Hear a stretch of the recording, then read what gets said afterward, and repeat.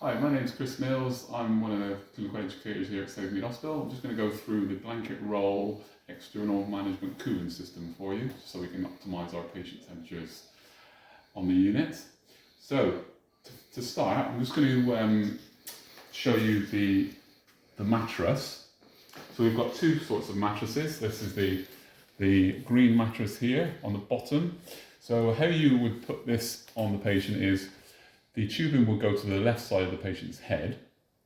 It just optimises the area so you've not got the central lines, which are generally mostly on the right side. So when you clip these on, these are colour coordinated. So you press that little clip there and then click it in, and then do that and click it in. So the machine would be at the top of the bed there. It wouldn't necessarily be at the side because it would be in the way of the machine. Okay, so you'd have your cooling mattress machine there connected to the mattress. So if we go down to the legs,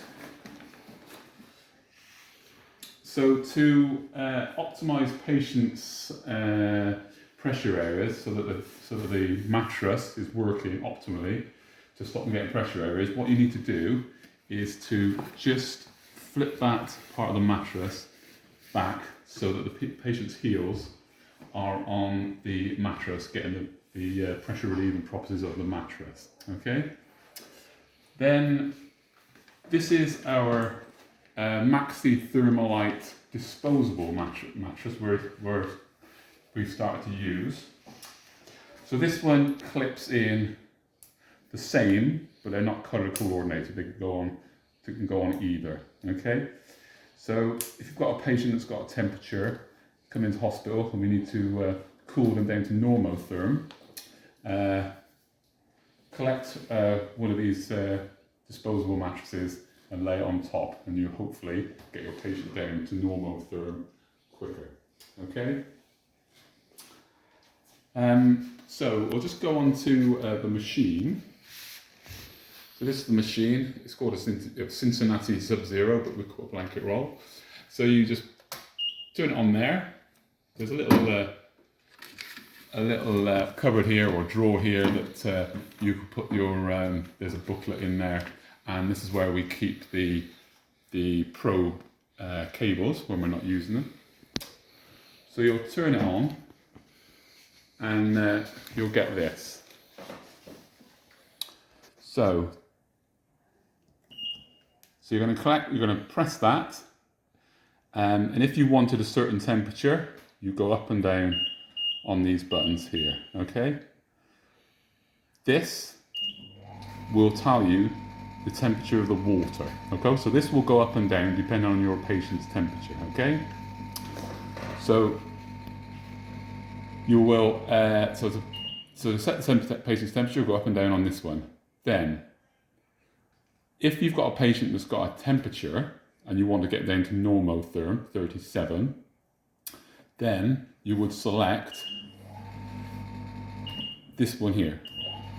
Okay, this is auto control. Okay, so this will cool your patient quite quickly. So the water here will be down to about 4 degrees. Okay, so it'll get down to, say the patient was 38, it'll get down to whatever you want, 37, hopefully, quite soon. So this one you do initially. Once you've got your patient down to temperature, keeping them at that temperature, what you need to do is you just select that, then you're going to select that one, and then you're going to press the smart mode. So the smart mode will monitor your patient's temperature every 30 minutes, and if it senses a trend up or down, it will set the temperature of the water 5 above or 5 below. All right. So it's not going to set a temperature at 4, which would possibly cause overshoot to be hypothermic.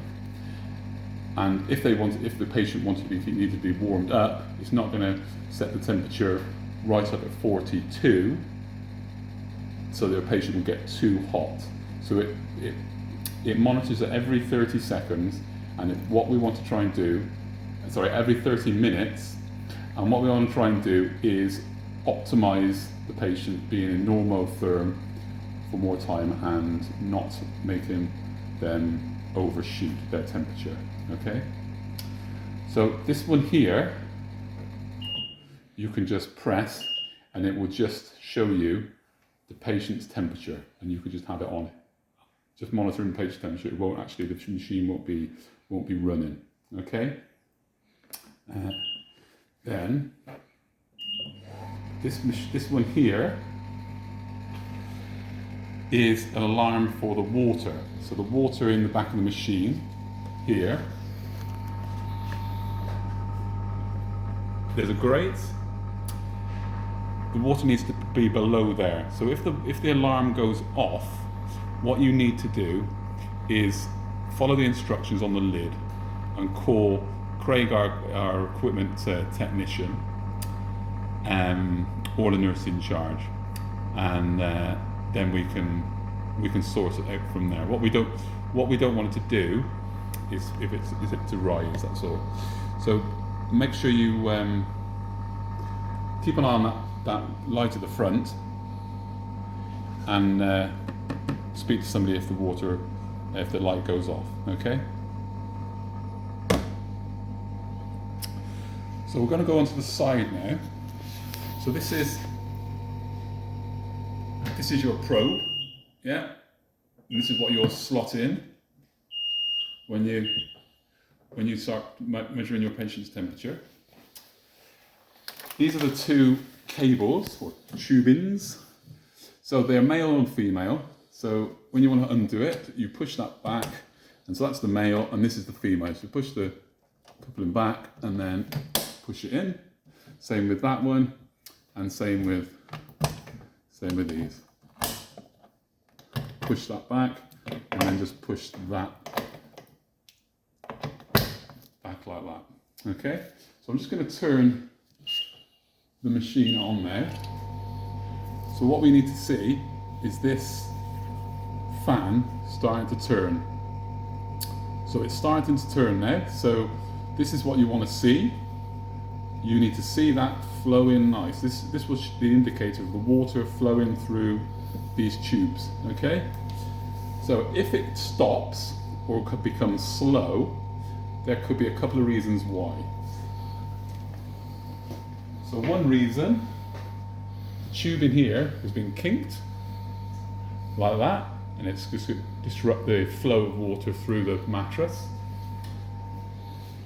Or here, or if you've rolled your patient and this mattress has become kinked underneath the patient, that is going to disrupt the flows too. But also, if the patient is too high, that raise, that angle that you've got your patient on, will kink the mattress.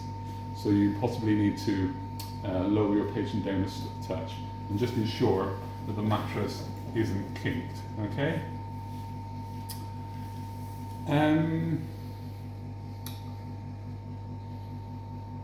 I think that's about all. I hope this has been helpful. Hopefully we can optimise our patient's temperature on our ICU now. So, hope it's been helpful. Thanks.